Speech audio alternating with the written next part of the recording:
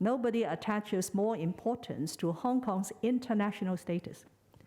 Not international financial center status, but international status than myself as a chief executive, because I know it is how very important for Hong Kong to succeed and survive as an international city, that we have to be connected with the outside world, we have to be attractive to overseas and mainland business community to encourage them to invest in Hong Kong. We have to attract far more talents from overseas and mainland to come to work in Hong Kong. There are two important communities. One is our consular community. We are one of the few Chinese cities that have so many presence of CGs in Hong Kong. The other is the business community.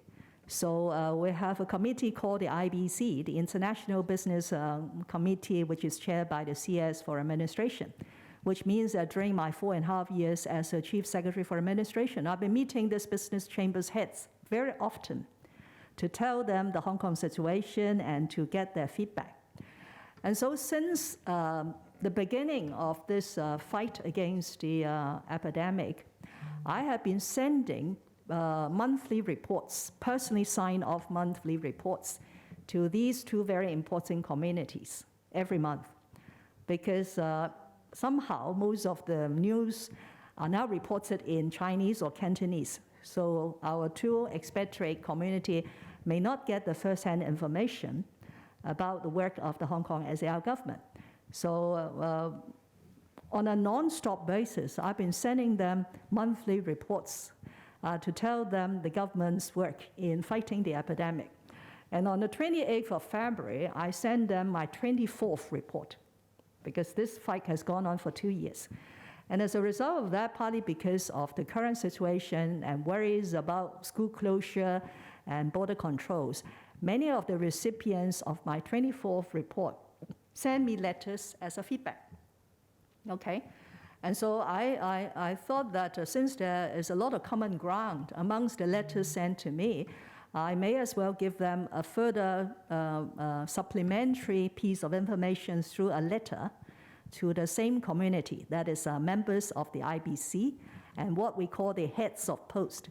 Heads of post refer to the consul generals as well as the head of a number of international organizations in Hong Kong. And so that is the purpose of my letter, and my letter actually recaps all the things that I've said in public, especially on this occasion. But to give them a consolidated picture is something that I find it is relevant and it may be regarded as useful. And actually, from the yesterday's afternoon, I've been given a lot of feedback that they are very grateful for the Chief Executive's letter.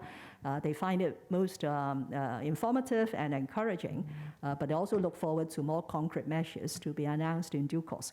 So it is not a question of whether this is done fast enough or too late. This is part of my ongoing work as a Chief Executive to engage with important communities in Hong Kong. I want to thank hotels. It's not an easy task to let a commercial hotel to operate as a community isolation facility. You remember at the earlier stage, they are being used as quarantine hotel. Quarantine hotels are for people who are not yet infected, but they need to be quarantined in order to ensure that they are not bringing the virus into the community. But a community isolation facility hotel is a hotel which will take in infected persons. So at the beginning, there were some anxiety and reluctance until I met with them and explained the very dire situation and appealed to their corporate responsibility, and many have come forward. Every participating hotel in this scheme is giving us full service. Not a single hotel has asked us to run the hotel for them, except putting in the management people and the people to make sure the security arrangements are fine, that the hotel isolatees will not get out of the hotel without our scrutiny.